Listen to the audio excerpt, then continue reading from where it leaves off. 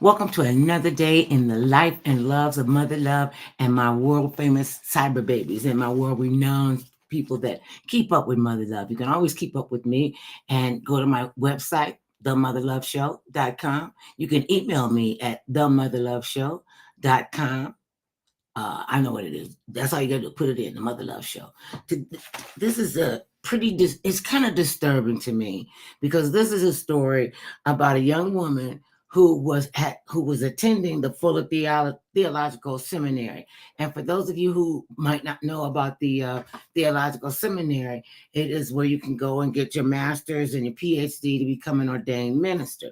And you have to go through a lot of schooling, and it's a very prestigious college for taking people from from the starting at the beginning to taking them through their journey to be a part of this and to become a minister, become pastors, become leaders in the community to move forward faith.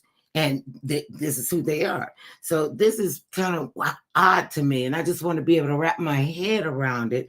They had a staff member who was in seminary, and she was doing her thing, but they fired her because okay, let me take it back some. Fuller Theological Seminary has a policy that everybody must sign when they first come in to the school, and now they have a she's they have a, let me get it together. There is an issue on the table for about Fuller Theological Seminary School, who fired one of the students there, who was considered a loyal member of the team until she was dismissed. She refused to sign what all people coming into the seminary school have to sign, that she had to agree that she wouldn't sign the school statement, and it's a statement of faith which prohibits affirmation of same-sex unions and same-sex marriage. Basically, she was told she had to agree to it to never support or perform a same-sex union marriage ceremony. Now, this she has taken her life and put it in their hands. And when she came to the seminary in 2007, she was a student and she didn't have a problem with signing the statement of faith. She said in an interview once, quote, "Everyone who starts at Fuller signs the statement of faith at the beginning of the journey. But now, 7 years later, her views have changed considerably." And this is what growth is about. I mean, you believe something when you're a younger person, and you believe something else when you become another person. Because you're not the same people that you started on your journey as you're going through life and what you're doing in life. And she had a call. She has a call to the faith to help people who need this kind of, and they need guidance and they need direction, and they are people of faith. So now she didn't sign a statement because she said she was going to she was being ordained into a denomination that performs gay marriage, gay ceremonies. She's worked at the PCUSA and the UCC. These are Presbyterian organizations where the two denominations out of many have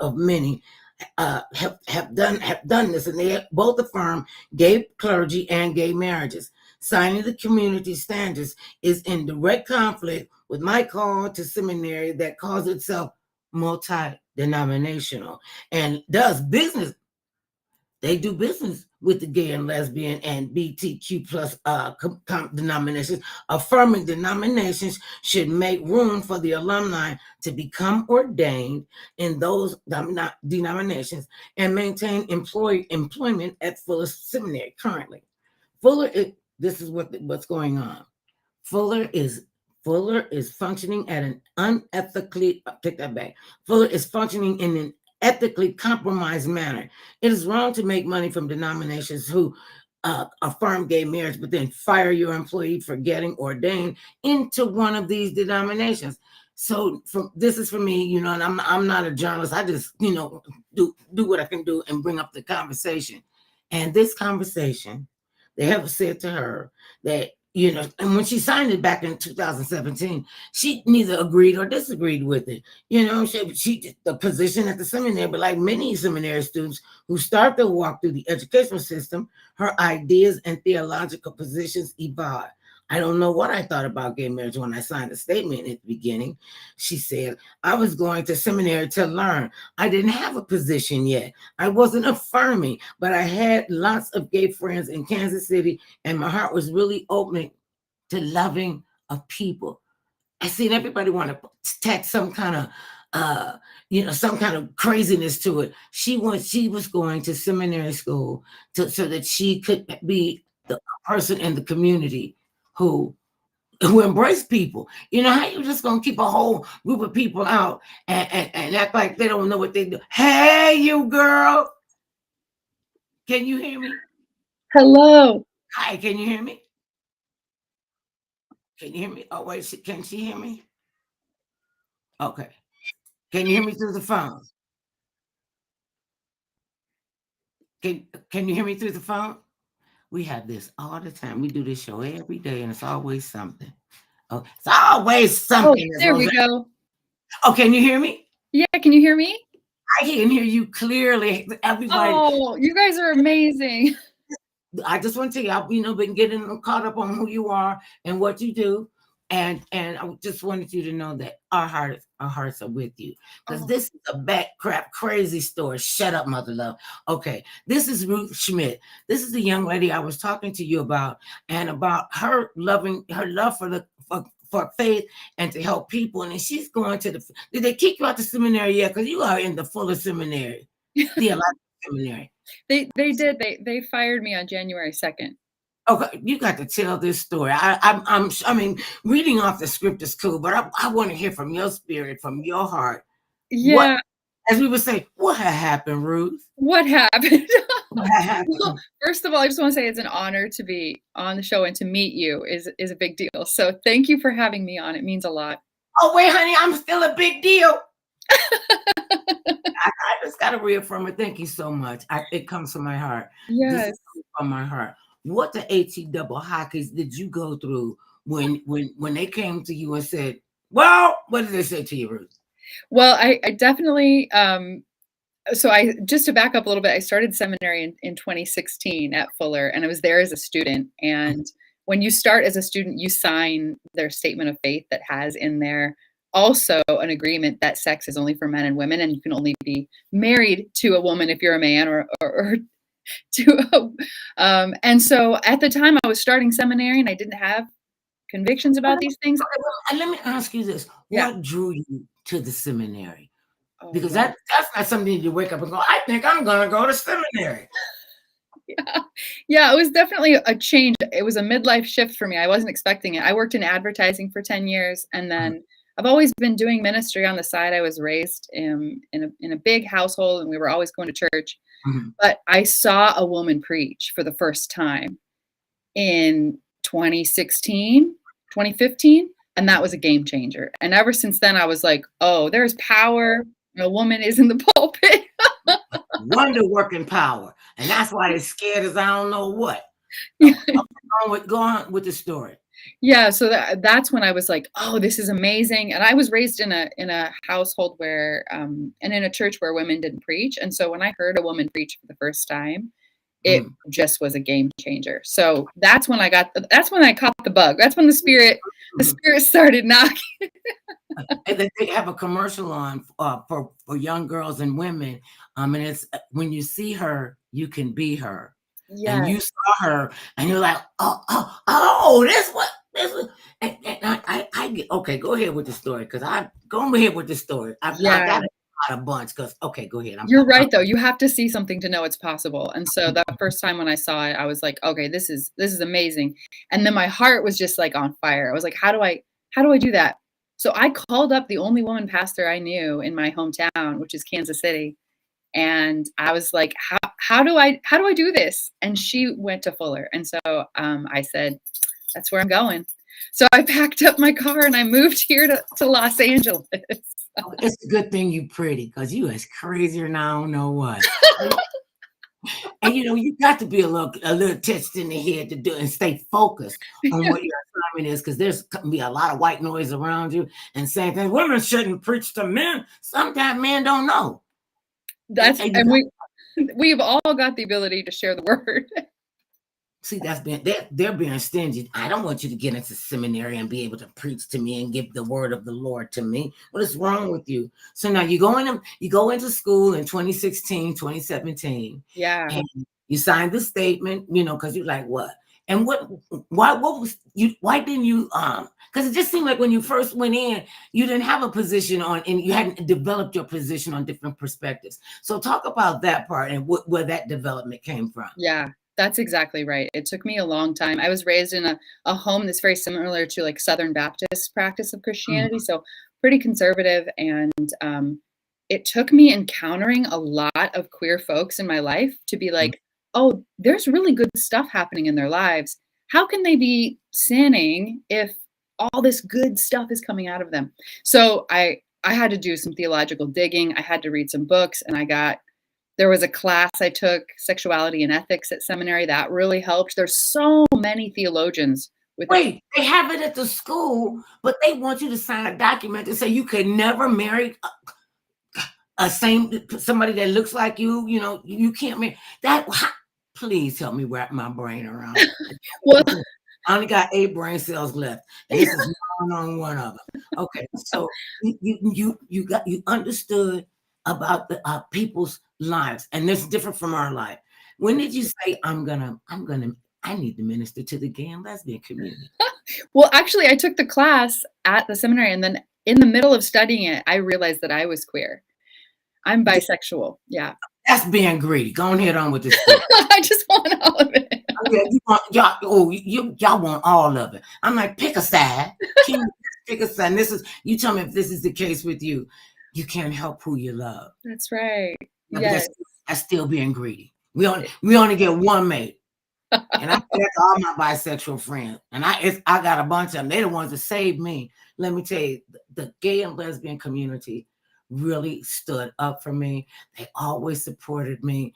They were just very genuine and very gracious and considerate and a bed bug. Oh my God, we would laugh so hard we were all crying. Oh my God. And so they were, well, I like men and women.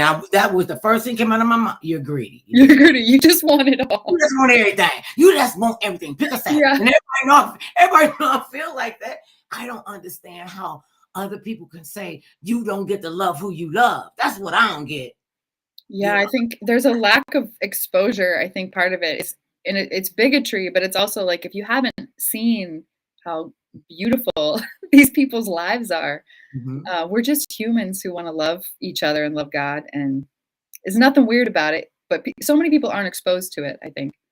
And so what happens, and have you seen this, the ones that have said to you, well, that's not what God wanted. God has said none of that in the Bible. And I read all the Bibles and the Quran and the Rosicrucian and you name it. When we were growing up, you had to understand religion to understand the love of God. And to me, religion doesn't have anything to do with faith.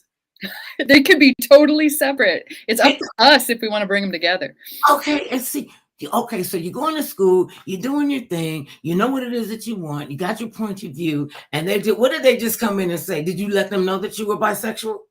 I did. Once I got hired on, I was very out about it because I knew that this school had a policy, and I didn't think I was going to have to re-sign that document.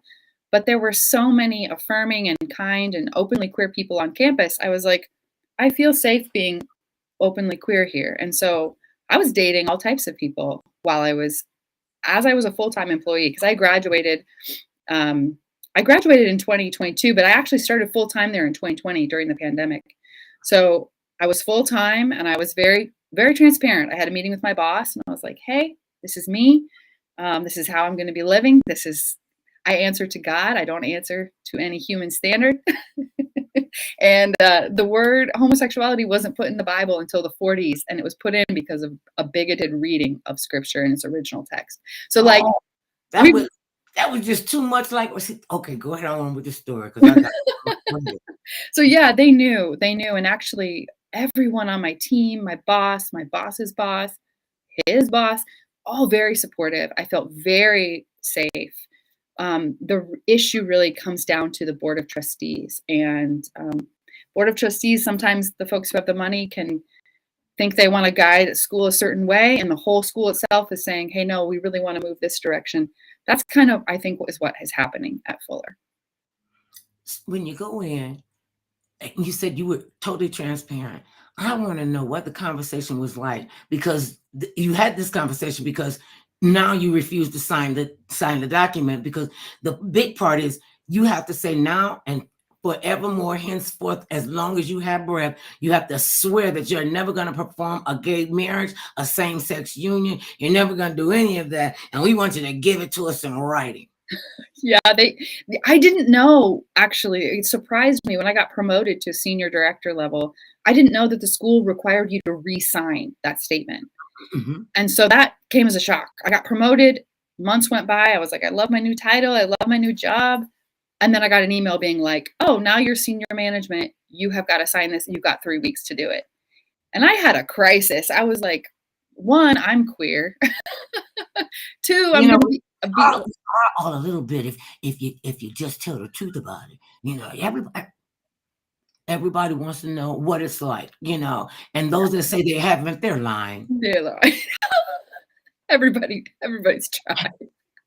A child, teenagers and grown-ups. I remember one of my girlfriends told me, and she was getting ready to get married. She was like 6.5 months out from her wedding, and they're a beautiful guy, just a lovely human being, and we were all rooting for them. Then about maybe 3.5 months till the wedding, this was an elaborate. She said, "I have to tell him, mother love. I have to tell him, mother love." And I said, "What makes you think that he doesn't know?" And she said, She said to me, "Do you know what? Do I know that you like women? Do I know that you're gay? Do I know that you're going to stand in front of God and everybody and tell this lie?" Then it was all my fault.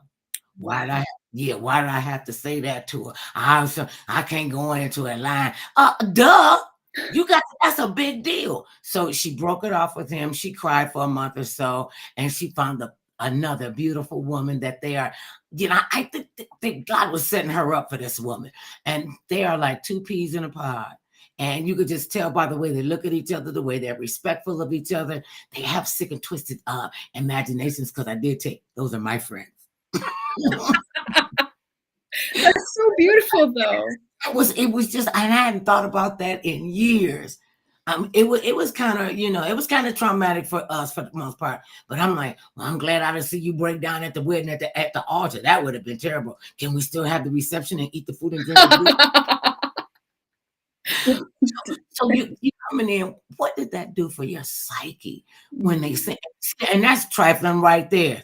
You sent me an email and tell me what I got to do and what I have to have. What did that do for you in that 3 months that they said you had to do it? Yeah, I will say, like, I have respect for the school's, like, religious freedom. They can absolutely operate how they need to, but there wasn't transparency and there was some ethical discrepancies. And so that's kind of what really, like you're saying, affected my psyche. I felt blindsided, and there were moments where I felt very alone throughout the whole process. It felt like, you know, this big institution was like coming down on me, and I had to like figure out how I was going to move forward with my integrity.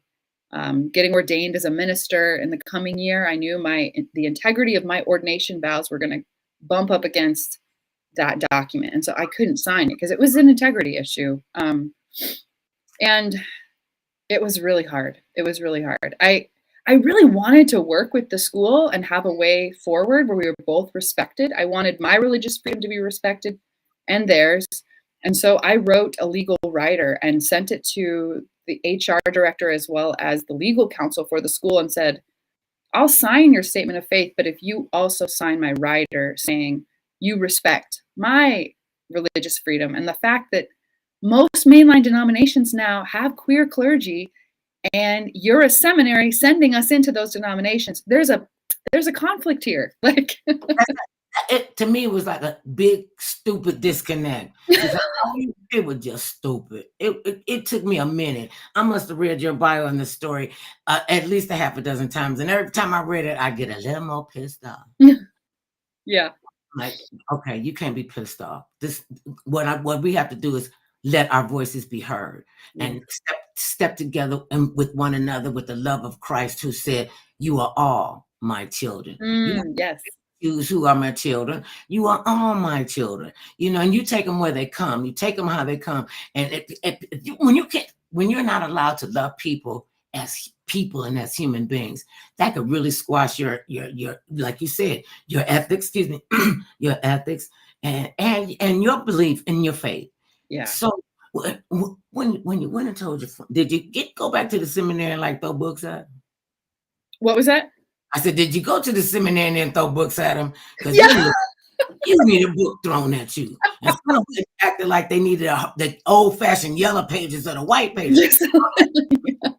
Yeah. It was frustrating, but it wasn't, I'll be honest, it wasn't totally surprising that they weren't willing to work with me on it. When did you know? Because we have intuition. When did you know this could go sideways? I knew as soon as I asked for that first meeting in October, and like I knew that the chances were slim, but I was going to do my best to try to be as collaborative and open as possible. But in my gut, I knew from the very beginning, I was like, no matter how hard I try, this isn't going to get past the board of trustees. Absolutely. That's what you call riding until the wheels fall off. And when Yes. the wheels didn't just fall off for you, they kicked your wheels off. But that is the part that seems extremely, and I use extremely as a strong adjective, that they do business with the gay and lesbian and BTQ plus community. They take their money from them. Okay, so now because I guess they understand when you put the money in the cash register or take it to the bank, it all look like the same money, and people aren't the bankers aren't gonna, okay, well this goes in the gay pile, and this goes into the single pile, and this one goes into the greedy people who are bisexual. It goes in the end, they get a pile too. Put their pile over here, and that's not how it's done. No. You're so right. You're so right. That was the biggest thing for me when I realized that the school had partnerships with denominations who affirm gay clergy on a national level. You can't have partnerships with affirming denominations and then fire an employee for being affirming. It's just a conflict. So that's what I'm really hoping that the board will take that seriously for their own sake, like for the integrity of the school. They got to shore that up. See, Ruth, you didn't just started so much. It's all your fault. You know that. Because I know. it starts becoming, oh, is it going to be her or us? She even sent us a letter that said, you signed my letter too. Okay. You got a letter. I got a letter. Everybody got a letter. You can send your letter to Mother Love. I'll sign it. And the fact that you were smart enough, brave enough, bold enough, faith-filled enough to say, oh, I've got a paper too. Yeah. I got something I want you to sign.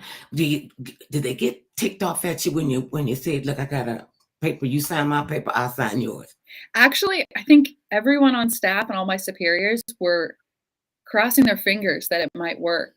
But when it got up to the legal counsel of the school, they said if they let me sign it, they'd have to let anybody sign something like that. And I was thinking, well, yeah, that's the point. Like, like that, don't you understand? Yeah. But they would have needed approval from the board. So the legal counsel, HR, they're just doing what the board tells them to do, and the board would have had to approve that, and they weren't going to get it approved. And see that therein lies the conundrum, and people such as yourself. And I gotta say to you, I am really very proud of you. Oh, I thank am, you. because people won't know unless you speak out. You have to speak out, and it's going to be somebody that go out there. So you've taken it upon yourself because you know what's right and what's wrong. And we have to learn to live with each other as human beings, but all out the label. Well, I have to leave some of the labels on because, I'm like 1,500 of the labels that they put on people. But do I look like I care? I mean, I serve God. God terrifies me. Him and my mama up there. Are you kidding me? Them together. I know you can hear everything. I was like, this is good. And so did you always know that you were bisexual, even growing up? Because people you didn't know. I didn't. Yeah. What was that like when it hit you? It was really weird.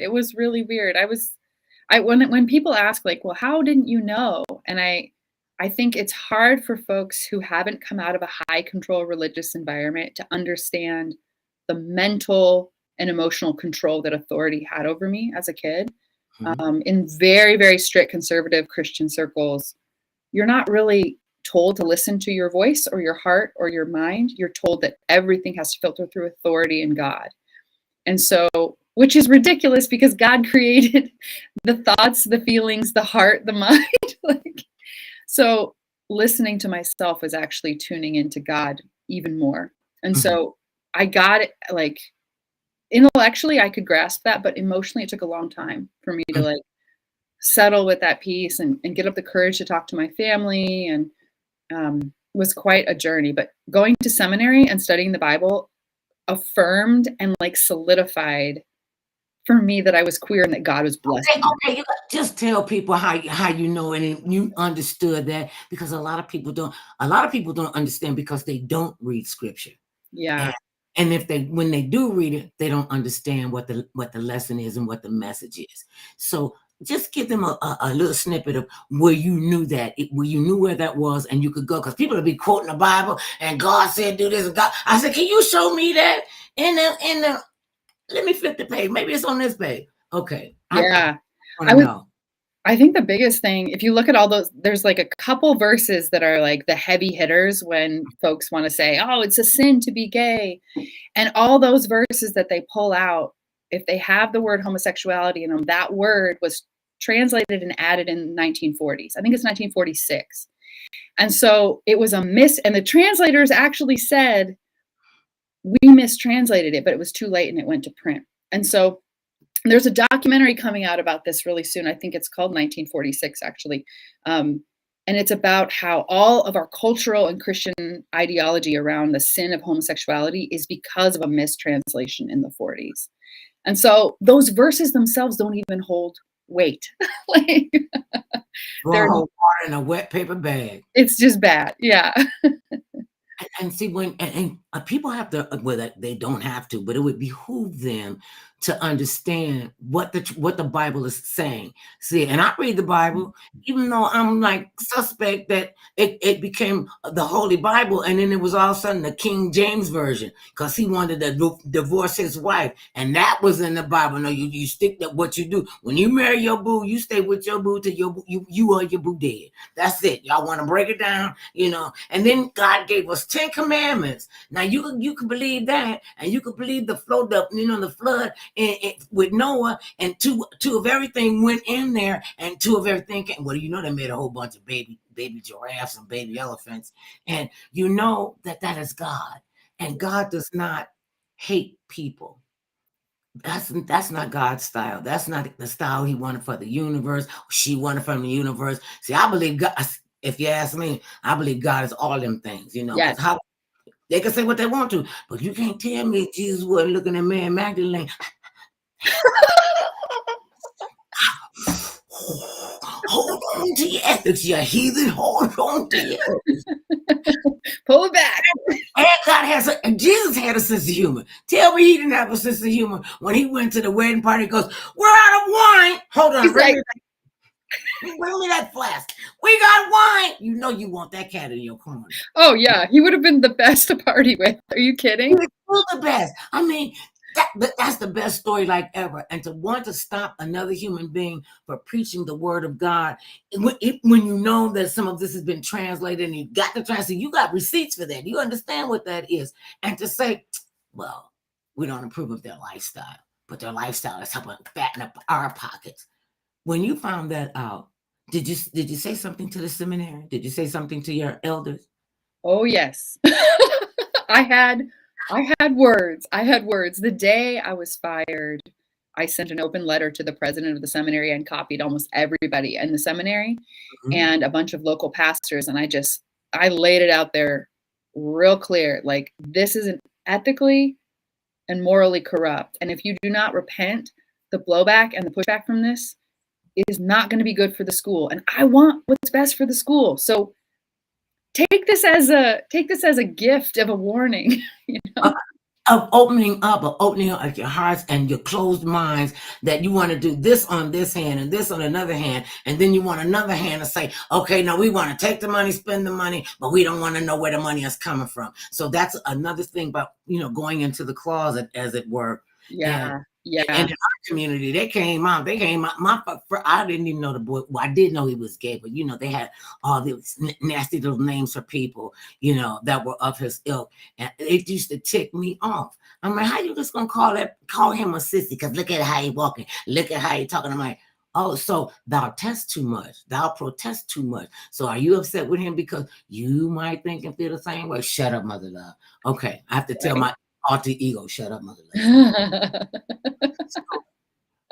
I mean, this is a horrific thing to go through. I couldn't even imagine. Or I take that back. One of our Baptist minister wouldn't let one of our relatives get married because she had a baby at 17. And he told her, you can't get married in that chapel because you a sinner. Oh my gosh. He said, you could get married in my office. His office was in the basement. And I couldn't have been more than 12 years old. And everybody found out I could use foul language. And my aunt said, my uncle put his arm around his head. Don't be quiet. Be quiet. I'm like, I'm talking to them. They was like, we can't take her any place. Even as children see unjustness, see people being unjust. Yes. And when we're talking about the faith of ourselves and our future, when did you know their decision was not going to deter you because you knew and you have an assignment? You are on a mission. Yeah, I think it has. I will say this whole experience has like put me through the fire, and it has pushed me out into ministry as a stronger, bolder, more confident queer woman, and as a pastor, like commissioned by the Spirit, like not by men, but by the Spirit. And so it's been good for me. It's been real hard. I will say that. I've had some moments of like loneliness and sadness, and 3 months. You can call me, baby. You could call me. Phone number. Girl, they call me all hours of the night. They just don't call me between 7 o'clock and 8 o'clock in the evening. You got it. Standard time. So, and we all need somebody to talk to, hear our story. Yeah. Why has this been important for you to get this out? Not just in the LGBTQ plus, because I just wish I'd make up a name so I could just say the name, because I get the letters, messed up, and y'all could be anything waiting on me to get it right. Yeah, you could just say queer if you want. All of us fall under that. And you know what? And I've always liked the word queer people. It's beautiful. You have to think about it. Queer people doesn't necessarily mean anything about your sexuality. You could be doing.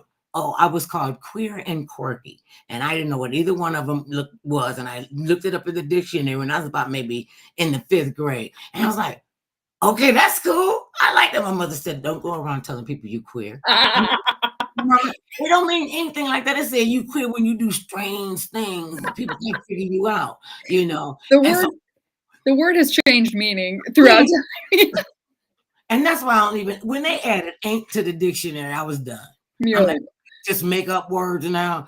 And we were taught you mastered the English language before you can desecrate it. So I don't know what they're doing with the acronyms, GBHPQYZ. Oh, that means waffles and pancakes. Would I? Just call us the alphabet mafia. No, see, I just want y'all to know, people, she started. I've been a wonderful talk show host. When you say I was a wonderful, you have a legacy. They check must have cleared. This is a new month. They check must have cleared. So I received that. When did you know that you could not? Because you already said that you would return seminary if they started changing some of their ideological the way that they think. And would you go back?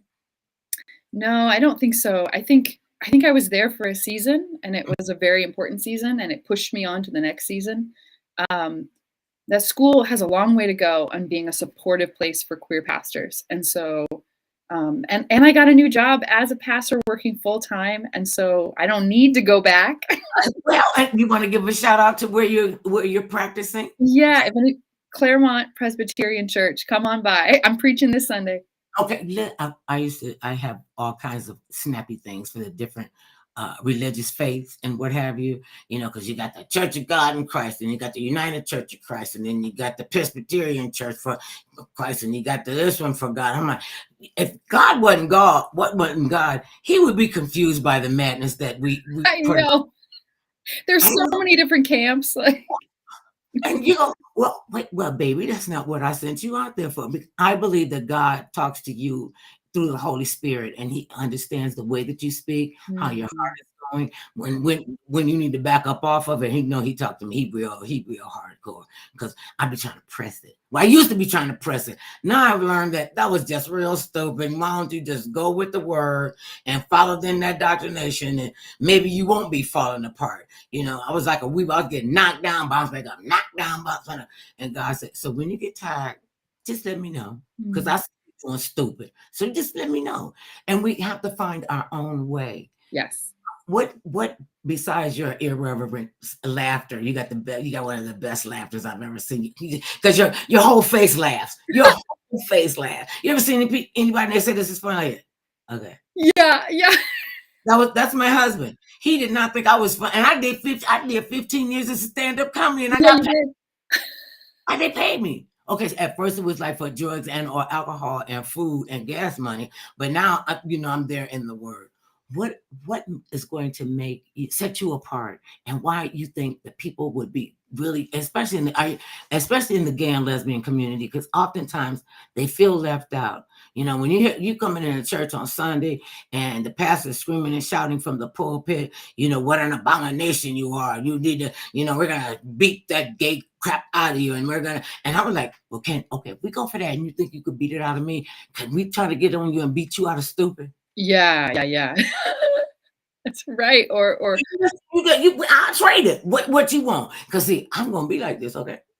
But you're gonna be stupid. So now if you can tell me how we just you out of stupid, maybe we'll consider you. But don't consider that. I know. Don't consider about compromising your morals and your ethics and your reputation. Yeah.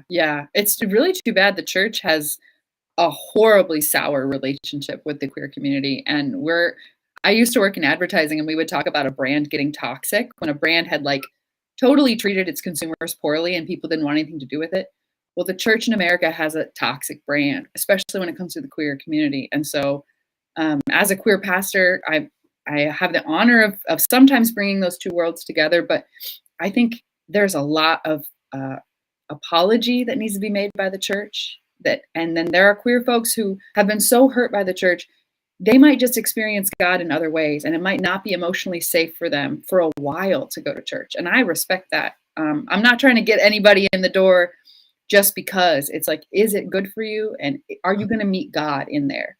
And if the environment is too triggering and a queer person walks in, they're not going to meet God there. They need to go for a hike in the woods. They need to go swimming. They need to meet God somewhere else. And then the Holy Spirit will heal them over time, but it takes time, and it takes a loving community to undo all that pain.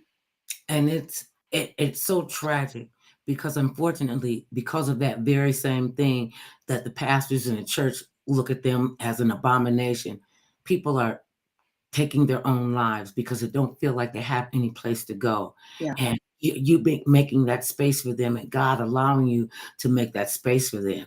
And because they feel so left out. I remember going out to church, after you get out of church, you go into the parking lot and you're talking to everybody and woo to watch the woo. And some people would literally come up to me and start crying. And you could tell they were holding their tears back as soon as they walked out the door. And I don't know if they told you, I'm a very touchy person, and hugging and loving, and I know that's what I have to do. And I came over and I said, baby, what's the matter? He said, Mother Love, I can't believe how the pastor just made it seem like I was the worst kind of person on the earth.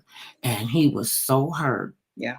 And a lot of them have said, I'm going to never go back to church, and I'm never going to temple again. And I was like, and I've been in church, I've been at all the denominations. I even told my mother one time, I want to be a Muslim. She said, that's all right, that's fine. Whatever I want to do, that's all right, that's fine. Then she realized I was just church hopping to see. You gotta test it all out. I had to find out where I fit. Yeah. I needed to where I fit. And I grew up, we got baptized. Our father was an atheist, and our great grandmother lived with us, and we were like, well, why we gotta go get baptized? He said, because I said so. So you didn't say nothing else back. And I was like, okay. I said, but then I found out what an atheist was, and he never said he was an atheist. He acted like he was, kind of semi. And I said, well, why we gotta go get baptized? Because I said so. And my great grandmother went past me. She said, ain't no atheist in the foxhole. You'll be all the atheists you want. Soon you get in trouble. You called on the name of Jesus. Yeah. Ain't no atheists in the fox. I didn't know what that meant till I became an adult. Ain't no atheists in the foxhole. I Right. found out even the rabbis called on Jesus.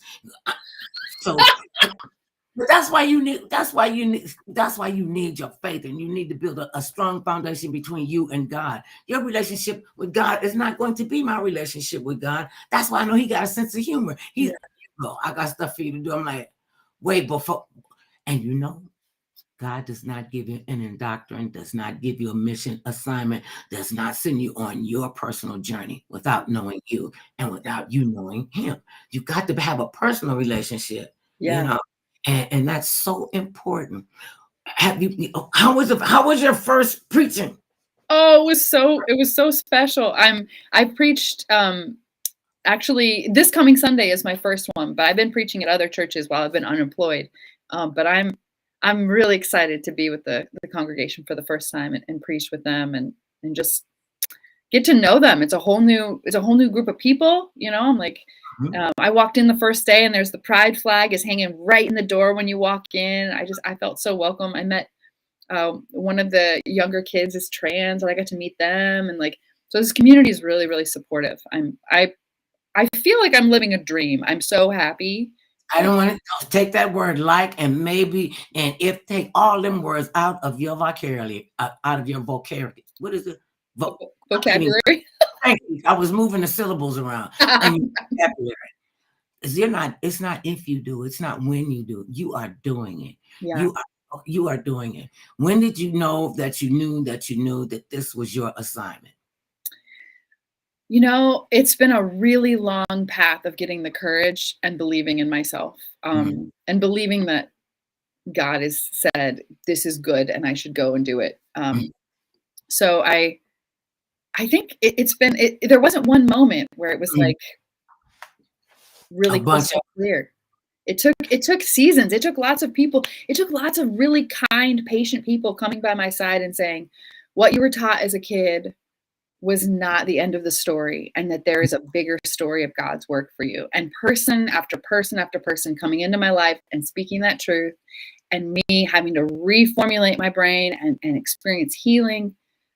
Healing takes so much time. It's a lot of work. Why can't I just wallow in this? Why you want to get me up and make me stand up and blow my nose and wipe myself off and go, okay, God, I'm ready to go. That's right. All my armor on. That's right. I'm ready to go. And the fact that you saw such a void in the gay and lesbian community, and that you knew it needed to be filled. I mean, you could have told anybody any story. And so that's another thing about gay people. You walk into the room, they don't know you gay. But as soon as I walk into the room, they say she ain't gay.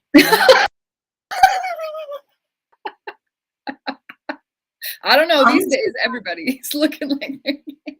Oh, see, this is what, and faith is something you hold on to when you have that special relationship with people. So what are you looking for to do now? And you say in your bio that you are really a slow mover. Or do you sit back? So you're the one that sits back and watches everything and watches everybody and listen to their pitch and tone, and because that's a gift in of itself, Ruth. Yeah.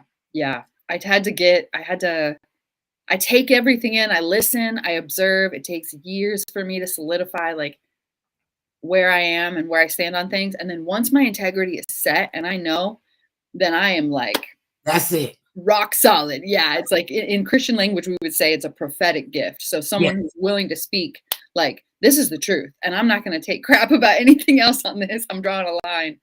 But for me to get to that point, it takes time. I got to really sit with it. It's going to really take time. You're at that point to stay at that point, because there are always going to be the haters and the naysayers, And how did you deal with that? Because having this conversation, and people, you can download it anytime you want to and listen to Pastor Ruth Schmidt and get the word from her, because I just could never get that. And I actually changed churches one time because the preacher got up and he said, the gay people, there's something wrong with them. Women that don't want to get married at a certain age. How come you don't want to have a baby? How come you don't? I'm like, wait, whose life is it?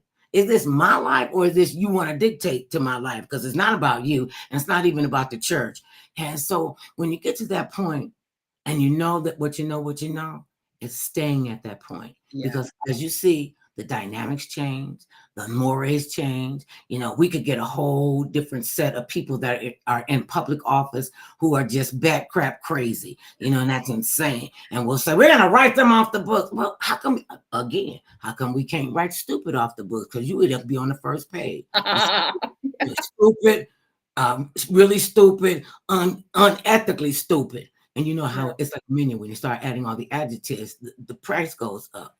And if I never even saw, I think our politicians need to get more faith-based and not using faith as a weapon, not using religiosity as a weapon. So, like I said, you tell the kids when you see her, you can be her.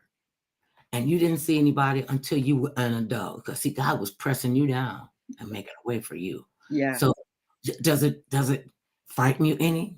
This big thing that he said, okay, Ruth, I've got an assignment for you. Did you go, wait.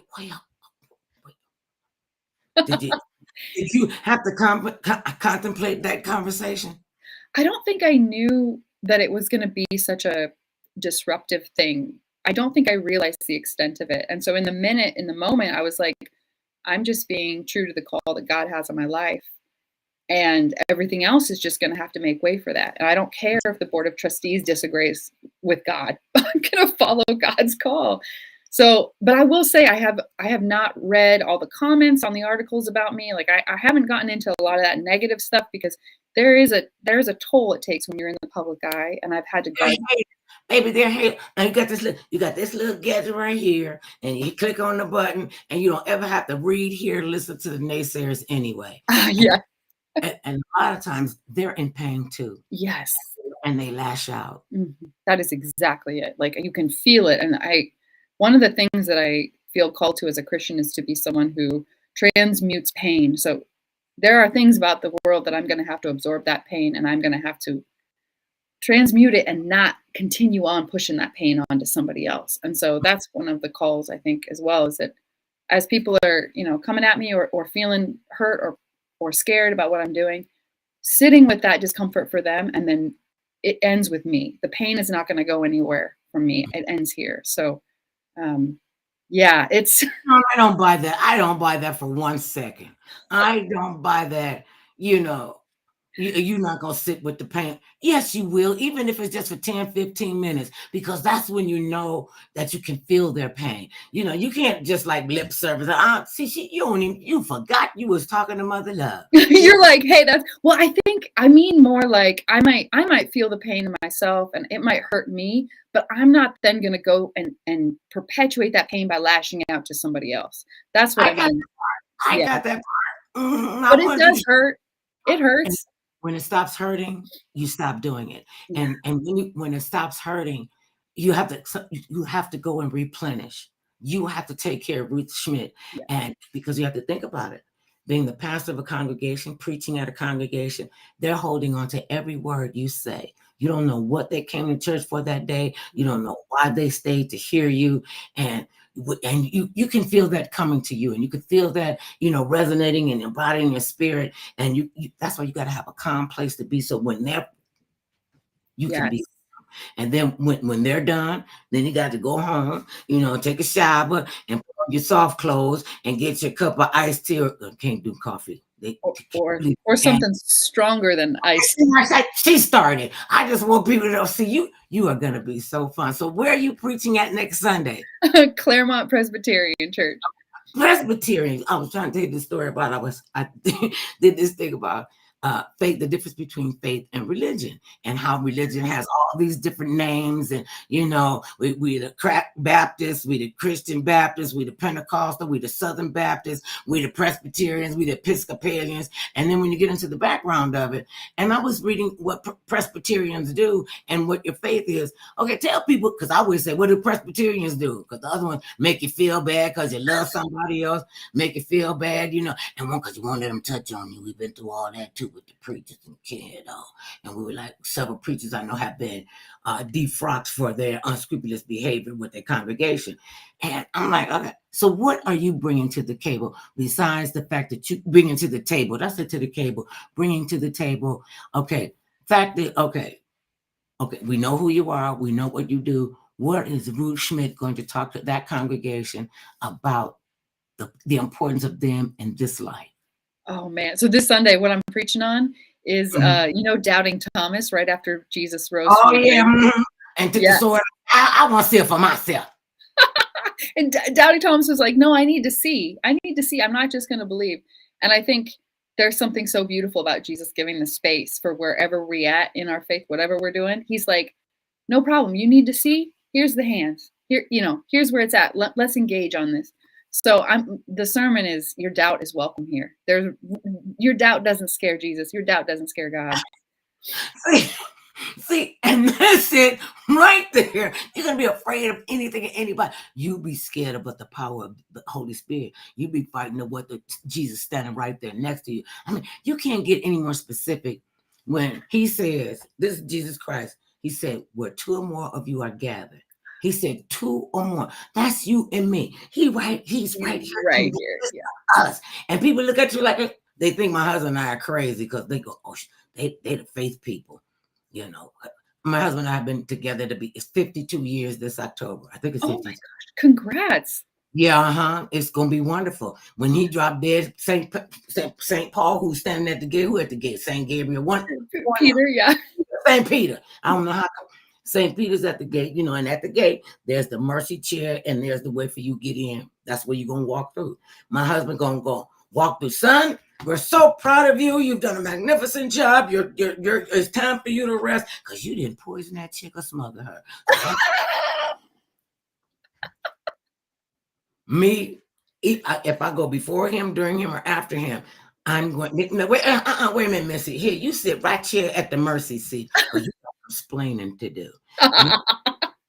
Okay, but God said, and he already reprimanded me for that. He said, I want to hear. So my husband's gonna get in, and that's what people are really believing it. That's where the faith comes in. When you don't see it and you still believe it. When you read the book of Hebrews, he says you don't have to see it. Doubting Thomas had to see it, but that was 12,100 years ago. What do I need you to understand? I am here and I am real. Okay, newborn babies, a blade of grass. They try to get that with the artificial turf. Trying to make water, trying to charge people for air, and they don't really understand this karma is going to come back on them. And that's what you're here for, to make sure that they can, get the burden off of them, to make sure that you can show them a path to where they are whole, where they are loved unconditionally, which I don't believe. I think only body love you unconditionally is God and Jesus and the Holy Spirit. And I'm telling you, I'm extremely judgmental. I will tell you in a minute. You're being judgmental, mother. Yes, I am. And let me make this clear. Okay. That's a flaw in my character. That's why I'm gonna have to sit at the mercy seat. What are some of your favorite pieces out of the Bible where you are now? Because you got a journey. When you stepped on to this and said, "Okay, I'm ready." What did you hear God say to you when you knew, okay, Ruth, it's time to get up? This is happening. Yeah, I think. God's like, okay, here we go. I think for me, I experienced a lot of comfort when I was going through that hard time, knowing that God, when I go out, I love to go pray in nature, and not necessarily even pray with words, but just to be out and let creation speak to me, and knowing that the Creator is with me in that. And so, like, I love the creation story in Genesis. I love knowing that God is this creative being who made all this amazing stuff, and I get to go out as someone who was also a part of creation and commune with the Spirit out there. I also love how the Bible says we're surrounded by a great cloud of witnesses, and that's like our heritage, the people who went before. I've been meeting women who 30, 40 years ago were kicked out of churches for being gay, and they've come out of the woodwork to talk to me, and that's the great cloud of witnesses. Those are the people who went before and paved the way for us to be where we are today. And so those are a couple passages that have been kind of anchoring me and keeping me encouraged. And then, I meet God in nature a lot. Because they can't figure it out. And I don't know why you keep trying to figure out God, because you're gonna blow those little 8 brain cells in your head. They're gonna come, some gonna come out your ear. You don't know what orifice that you're keeping the darkness in you. Because to me, that's it. And I think a lot of people, whether they're gay or straight, have a hard time struggling, especially in this day and age when we have all this technology at the ready for us. And we think that it's going to keep us, personally connected, and it's going to be all this beautiful things that are happening. These kids nowadays, this generation behind me, they don't even teach these kids how to write in cursive. We used to have to pray to the flag. I pray to the, you know what I'm talking about. I pledge allegiance to the flag, the United States of America, and to the republic for which it stands, one nation under God, one nation under God, one nation under God, indivisible. We will not be divided, no matter what. That's why when I was doing, like regular radio and everything, I said stuff that my boss used to come and say, "Mother, you can't be talking about religion like that." I'm not talking about religion. I'm talking about faith.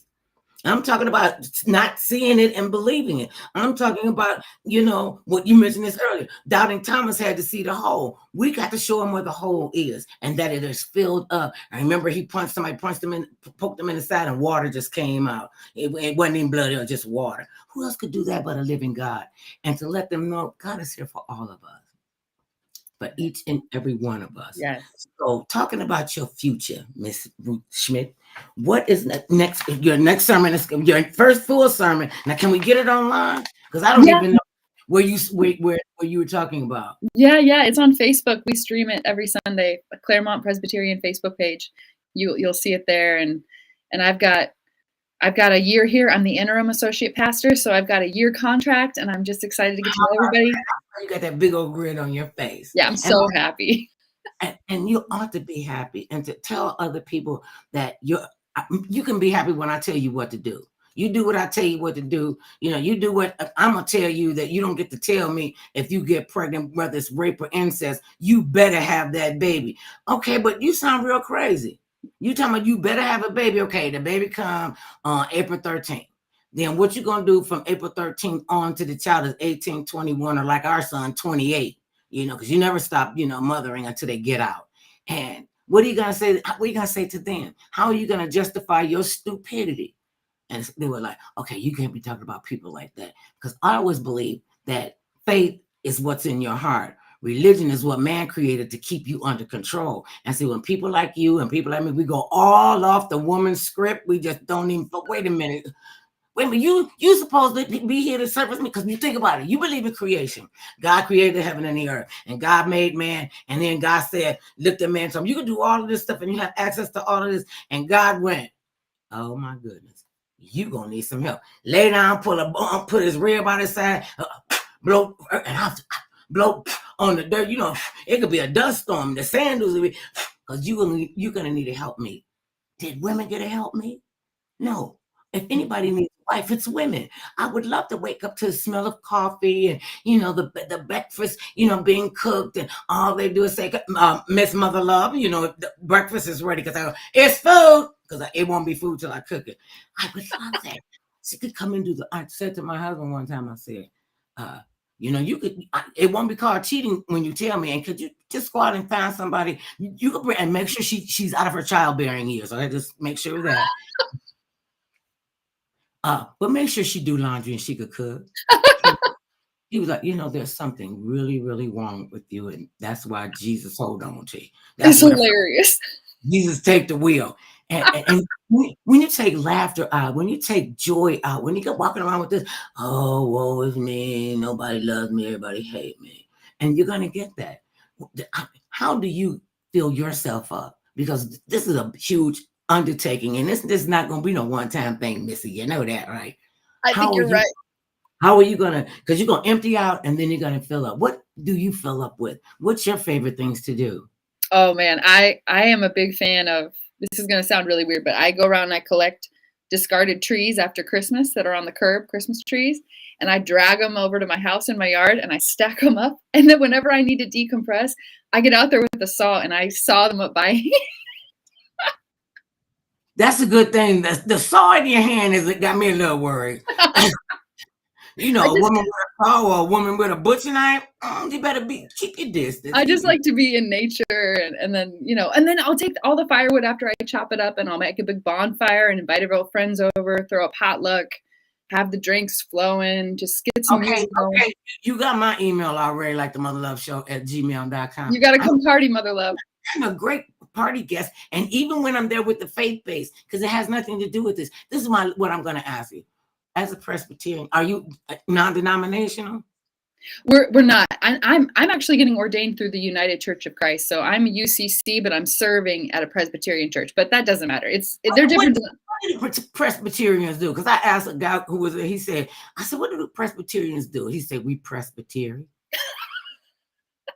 No, I would say the Presbyterians I'm around here are about an open door, come as you are. We're going to show you some love, and we're going to keep on growing and growing and growing together. Yeah, because it's not small denomination, people. This is a big denomination. And when you get involved, and you need to be involved in your local church and your local communities, because it's going to take all of us, straight, gay, pink, blue, green, or purple dots. It's going to take every last one of us. And don't you ever think, and this is to the audience, don't you ever think that you do not have a purpose. Yeah. Don't you ever think that you don't have an assignment. When people say, I don't know what am I supposed to do in life? First, you got to get off of stupid and thinking you can do it on your own. Yeah. And besides, you get a lot of help. You think about it. When you have a relationship with the living God, he will open up doors for you that you never thought could be open. You went through this situation, and it's, you know what? I'm gonna see if I can't get the Fuller. They gonna tell me no, but I'm gonna ask them anyway to get their side of the story and why they thought that it was all right and appropriate for them to do something unethical and telling them you can't come to church and pray with us, but we will take your money. Yeah. Let me know what they say. I'm sorry. I ain't gonna tell them you and I were there. They gonna know. They're gonna know. Yeah. I ain't gonna tell them because they be like, Mother Love just had everybody on the show. No, I don't. No, I don't. And the ones that keep saying, know what I'm saying, know what I'm saying, know what I'm saying. I don't know what you're saying. Thank you for playing. Bye-bye. And I thank you for taking time out of your busy schedule to talk to us and share with us what you've gone through. Hopefully this will open up the door for other young ladies and other women who are called to service. And that's what we are here for, to be of service to one another. And I hope that I, on the Mother Love Show team, helped you understand that we're in this together. And we got to thank our friend Harlan. Harlan Bowl. He is just great. He's a good man. Know that we love you. There's nothing you can do about it. And may the universe continue to open up and conspire for your great success. I want you all to know out there, babies, you know how I am. No matter how big or tall, short or small, thick or thin, doesn't matter what skin you're in. Everybody needs some mother love now and then. She is such a goofball. I love you. You're such a goofball. I have so loved being with you. Thank you so much. I appreciate that. So that lets me know, like I said earlier, it's a good thing you pretty because you are silly. And you have not stopped glowing since we got on air. You take care of yourself, Schmidt. Okay. And how I can continue to be of service. Okay. Thank you so much. It's been my pleasure. And babies, know that I love you. You can follow me on Facebook, YouTube, X.